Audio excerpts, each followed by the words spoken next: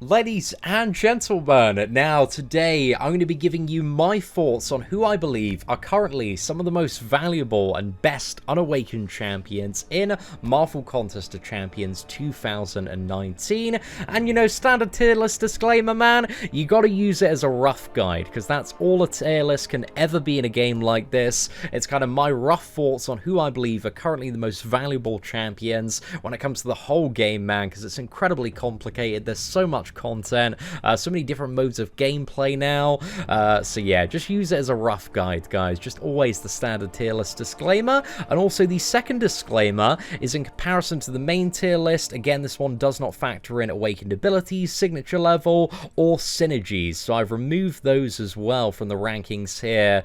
Although, you know, some champions benefit, there are kind of varying degrees. Some champions are completely made by synergies, like Ant-Man with the Quantum Trinity, and also Winter Soldier with the Killmonger synergy, so they're kind of much lower on this this tier list as well. But I decided to kind of, you know, factor in synergies as well when it comes to ranking and look at every champion kind of bare bones as if you would pull it out the crystal and think about how valuable I would consider that champion for like an intermediate progressing player, and all of the stuff that champion unawakened that they would be good for. So that's kind of what I've based all of this ranking off.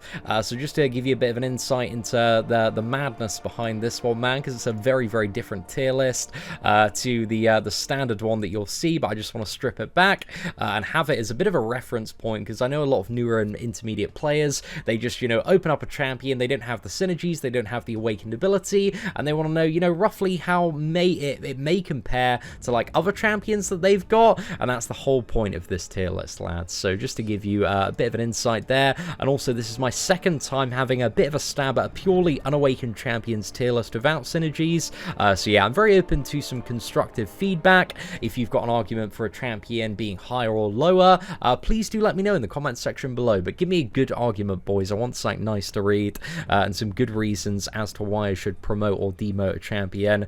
So yeah, all the disclaimers, boys, we've got those out of the way. So with all of that waffle out of the way, who are some of the top champions just to pull straight out of a crystal?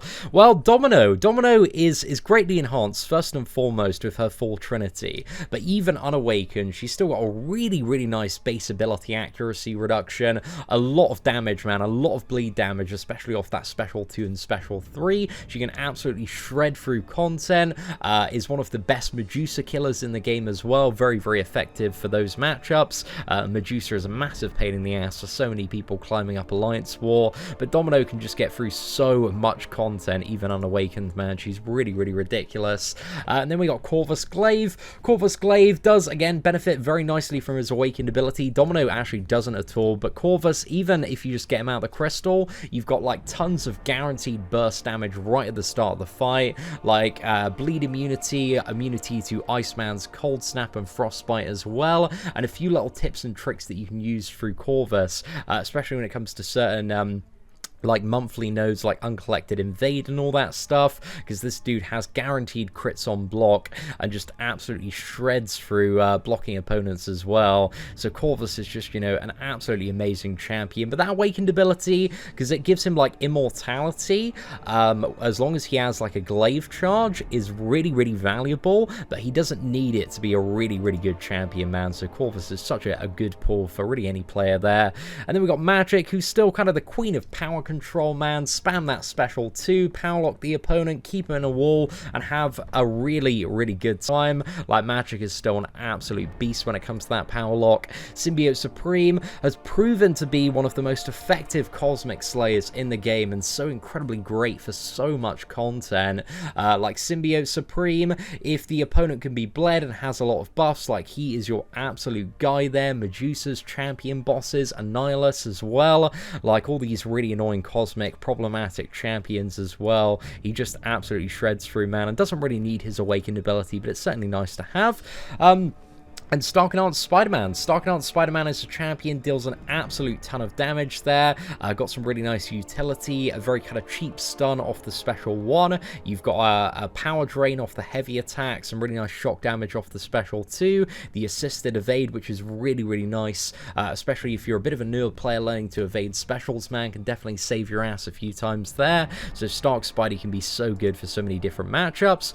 Also, if you're very good at playing Ghost, because she is one of those champions, as well as Quake. They're both very tricky to play, but once you get used to them, even Unawakened, Ghost is such a good character, and players have proven in content like Ultron's Assault Variant Chapter 2, you can still play Ghost Unawakened without the synergies, and she can absolutely demolish content. Just swiping back and phasing removes all damaging buffs as well, so she can get through like so much stuff. It's absolutely ridiculous. Absolute Act 6 MVP.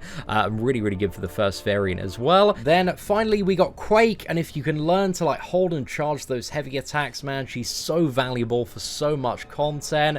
Any scenario where you're kind of punished for like making contact or attacking the opponent, Quake is your absolute gal if you can play her. She is so incredibly useful, but she does take a lot of practice, man. Definitely Ghost and Quake have a very, very high skill cap there, so something to keep a little bit in mind there. And in terms of the god tier, we've got triple immunities Iceman. He's got a evade counter on his special 1, also ice armor to mitigate damage and tank special 3s. We've got Emma Frost, tons of immunities in diamond form, man. She's got about what is it, like 8 to 10 different immunities while she's in diamond form. In telepath form, her attacks can't be evaded. There's a lot of little interesting stuff Emma Frost can do in terms of utility, but she really doesn't need her awakened ability. It's a very small bonus for the champion, so again, even on Unawakened, she's a really great asset to anybody's roster.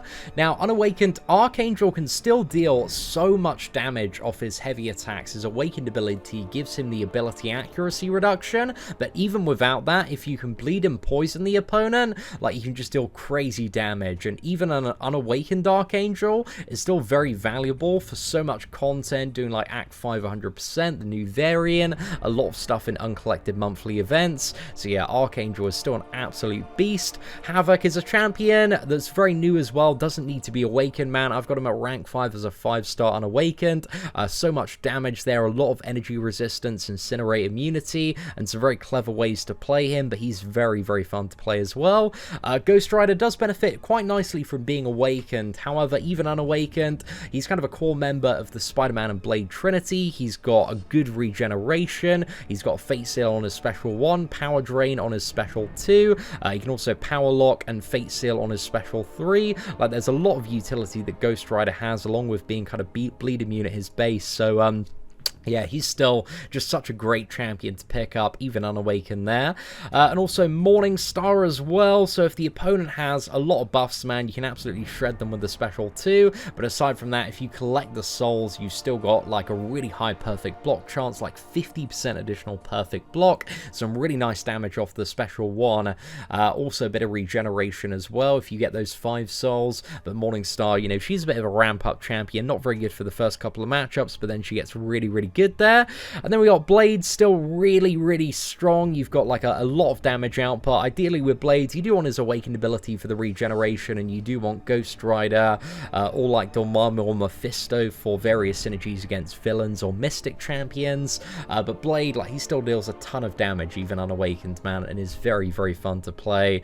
And then we have Venom the Duck. So Venom the Duck has he doesn't really need to be awakened, man. He's a god tier ranking, kind of on the main tier list, and the awakened ability is kind of a nice bonus for Venom the Dark, very similar to Venom as well, but it doesn't kind of make or break the character, at least in my opinion. So even unawakened, you've still got kind of all these stacking buffs. You've got a very powerful regeneration, fury, power gain, and all of this stuff kind of melds together to make him stronger and stronger each fight as you kind of ramp up and collect the buffs. So Venom the Duck is really good, man. Such a great sustainable champion for a lot of content and a lot of value. in kind of endgame alliance quest. I know a lot of people have a lot of fun running Venom the Duck, and also the brand new variant as well. And kind of same with Venom Man. Venom's great for a lot of endgame alliance quest. I see some people have taken him up to rank 4, rank 5 for both the brand new variant and also certain paths in AQ where you need to collect some buffs. So yeah, Venom's great for also Spider-Man characters. This dude has a ton of utility. He's a really, really great time. Then we have Hyperion as well. So Unawakened, Hyperion loses a lot of buff duration, which really kind of tones down his fury and power gain, but he's still like such a valuable champion, even Unawakened. But especially as a 5-star, you are kind of losing out on about 70% buff duration, which is a lot, man. It is a lot, but he's still such an incredible champion, even Unawakened. So yeah, Hyperion's a lot of fun, man. Good poison immune champion. Same with Medusa as well. Even Unawakened Medusa has the ability to shut down robots, which is just so valuable for the Ultron's Assault variant, but also being poison immune is really, really helpful for a lot of scenarios there, and also having a fairly strong bleed and a lot of armor breaks is really, really good. But having her not awakened and without the full synergy, she does lose out on firstly a lot of damage, and secondly kind of that little like buffer you have with the living strands, which gives you auto block if you do mess up. So yeah, I think there is maybe an argument for Medusa and Hyperion both being kind of beyond god tier champions, even Unawakened, but they are missing a fair bit from their awakened abilities, and I just wanted to highlight that in this list. And then we got Captain Marvel movie. She doesn't really need to be awakened at all, but the awakened ability is a small bonus that can be used in certain scenarios to cover your failures and also tank special 3s. But even unawakened, man, Captain Marvel movie hits so incredibly hard. Great poison immune character, can get through like shock and incinerate paths in Act 6 with high binary ignition because she'll shrug off all debuffs. So yeah, it's just so valuable there. And then we got Captain America Infinity War, who deals a lot of damage, still offers heavy attack, and has those perfect parries, which are so valuable for especially the second variant. The first variant as well, he works really, really well for the last chapter. Also, a lot of stuff in Act 6 he's very, very valuable for. So Cap America IW, man, is an absolute god. I love this lad. But he does gain a lot from his awakened ability in terms of additional utility and stuff you can do with him. So that is worth noting as well. And then we got She-Hulk. So She-Hulk still has her crazy damage ramp up with all the Furies unawakened. So if you can, you know, play very, very aggressively, just keep on stacking those Furies by baiting out special attacks to refresh them, you're still going to have a really, really great time with unawakened She-Hulk. But there are some nice benefits to awakening She-Hulk as well. And then finally, we got Gladiator Hulk. He doesn't really need to be awakened because he's got all of his core utility. He's got the Face Me mechanic to help him get through like Dormammu, Magic, Mephisto, fun and interactive damage, all of that fun stuff, poison immunity, heal block, the power lock on the special 2 and stun, you know, all of the base mechanics and utility are in Gladiator Hulk Unawakened, but the awakened ability gives him like a chance to gain either a regen or a fury when he hits 20% health, so or the opponent hits 20% health, so that can be you know, a nice little bonus on top. But even Unawakened, man, he's still such an asset for so much content in Act 6, the first variant, the second variant. So yeah, Gladiator Hulk is an absolute MVP there. Then to quickly whiz down the next column, we got Sabretooth, Iceman immunity, some really good ramp up damage, man. Definitely kind of benefits from the synergies quite heavily though if you can get them. Wolverine X-23, a lot of bleed damage, a bit of regeneration. Mega Red's got double immunities and a bit of heal siphon, counters to Electro and Korg, but a lot of his damage is with not only his awakened ability but a high signature level as well. Massacre is just a great champion that doesn't need to be awakened. Really, really good for the variant Ultron's Assault, and especially if you're bringing Domino around as well. Gwenpool deals a lot of damage, even unawakened. Got an armor break on the special 3, and also a power lock on the special 2, or a kind of gimped power lock with Innovate. Killmonger, you've got True Strike, and also the Indestructible, and an alright amount of bleed damage, man, but he's a little bit weaker on the damage side. Nick Fury, even unawakened, man, still got some very, very nice damage output. You can still kind of partially counter, if not counter the majority of evades with his special 1 spam. But Nick Fury, if you do want to play this lad, really you do want his awakened ability and to kind of build a team around him, but he's still pretty damn good unawakened and provides a lot of benefit to your team via the synergies as well. And then we have Carnage. Carnage just has a ton of bleed damage or an armor break unawakened, but ideally you want to bring Carnage to a matchup where you can bleed the opponent and also have the deep wounds mastery there. Hela, if you're very, very good at charging heavy attacks and playing Hela style, can be quite valuable for certain people. Maybe she should be a little bit lower down on this tier list, man, but a very, very skilled player can make a lot of use out of Hela. So she's maybe worth a mention up there. Angela is great, especially for all these havocs that keep on popping up, and she's just a champion that you can pull out of a crystal. Her awakened ability just really is very, very nichely valuable. I think there's only like one path in Act 6 where you really need her awakened ability, but aside from that, man, she's just great for a lot of stuff, a lot of buffs there, and a lot of damage. Proxima Midnight, ton of damage there, some very nice parrying mechanic, because you can parry projectiles, and also it's not going to trigger anything that would trigger off a parry, so you can parry nodes like Masochism, Iron Man Infinity War, and also certain nodes that would put like a bleed on Proxima. So yeah, there's a lot of good uses for Proxima there. Gamora's got a ton of damage, man, especially once you ramp this champion up and get into the fight. And then we got and also a very strong armor break on the special too, actually. Doc Ock, he's got potentially infinite power lock, infinite heal block, and yeah, he doesn't need to be awakened. The awakened abilities just kind of siphon a bit of the power or a bit of a healing, so it's good to have, but not really necessary. Vision is a solid double immunity, so good power control, even unawakened. His awakened ability just makes it a lot easier to control the power of the opponent and really lock your opponent down there. And then we have Iron Man Infinity War, who just has, you know, so much utility on this lad. Unblockable special 1, bleed immunity, immunity to Iceman's cold snap, also an armor break on the heavy attack.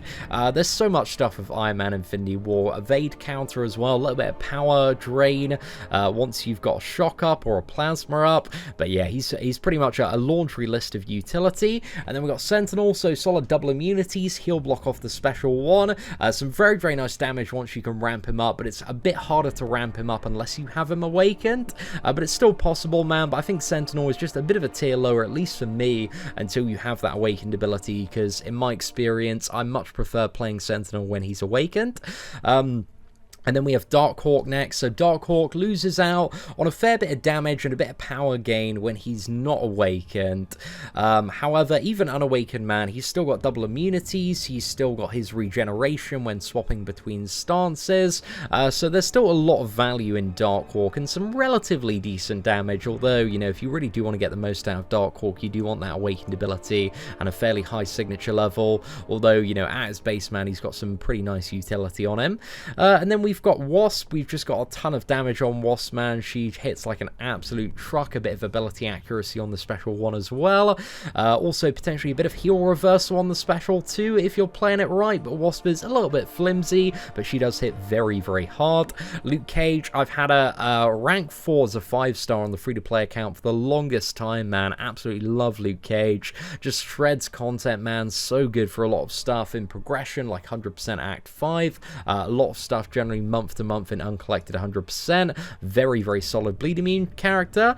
And then Red Hulk is a champion that's immune to incinerate debuffs and poison debuffs, and can quickly turn any energy or mystic champion damage into heat charges to very quickly deal damage. So Red Hulk can be great for like so many different matchups, man. He is a bit of a truck, but best paired kind of with Massacre and Domino for synergies. And unawakened, Void can still heal reversal if you've got points in the Despair Mastery, which can be useful. He's also incinerate immune and does a lot to kind of Gimp, evades, power gain, heal gain as well, or the amount of healing that the opponent generates. But really, when you have Void awakened, that's where you get the reliability of the champion, and if you're playing Void a lot, that's what you really want to strive for. So Void, even unawakened, man, and I played him a fair bit unawakened on my free-to-play account in the last few months. He's still a very valuable champion for a lot of stuff, but you know, you really do want him awakened to get a lot of value out of this lad. And then we've got Spider-Gwen, a lot of damage on Spider-Gwen once you ramp her up. Very nice mechanic that gives her kind of an additional chance to auto-evade unblockable specials. Via heavy attack, you can prevent the opponent from either triggering unstoppable or evading, so that can be really, really nice as well. And the special too, you can momentarily get a stun off it and also reduce power and healing gain for a little bit, but the awakened ability she really does benefit from because she gets longer duration on the heavy debuff, and also the special 2 will reverse healing and power gain, so that can be quite nice there. And finally got Human Torch. So Human Torch, a lot of incinerate damage. It's nothing like too crazy, but Human Torch is one of those champions that doesn't really need his awakened ability. It's nice to have because you can get more flame on, but at his base he's kind of incinerate immune. He's immune to Iceman as well. You can have a lot of debuffs with the incinerates that you're stacking up, which can also synergize very well with Despair and also his base ability, where every incinerate reduces healing, so by 20%, so that's a very effective way to heal block the opponent as well. I'm playing around with my 3-star Human Torch. If you're playing him correctly, man, he's not too bad to play. He is quite fun, but everybody kind of just wanted to, you know, Human Torch to be like this god tier incinerate champion, and he's not quite that, but he's certainly not the worst champion in the game either. You know, he still hits fairly hard. So he's got some alright stuff going for him, man, especially when he's in his flame on mode, and even then, like, without that, he's not the wettest noodle out there. But aside from that, ladies and gentlemen, there are so many champions in this goddamn clown fiesta of the game, and if you want to check out this tier list for yourself, have a bit of a look in the description of this video. I'll put a link to it if you want to go through some of the lower tiers in this tier list and have a little bit of a look for reference. But aside from that, ladies and gentlemen, let me know what you think of the best Unawakened Champions April 2019. And again, if you do have any comments on the placement, whether a champion should be moved higher or lower, please do let me know in the comment section below. Also with like a couple of reasons why you think they should go up or down, because again, this is my second time putting together a best Unawakened Champions tier list, and I think it's very useful just to get as much feedback as possible. So yeah, a massive thank you for watching today's video. If you did enjoy it, feel free to smash that like button, that'd be greatly appreciated. Aside from that, thank you very much for watching, take care, and I hope that you have an absolutely fantastic day.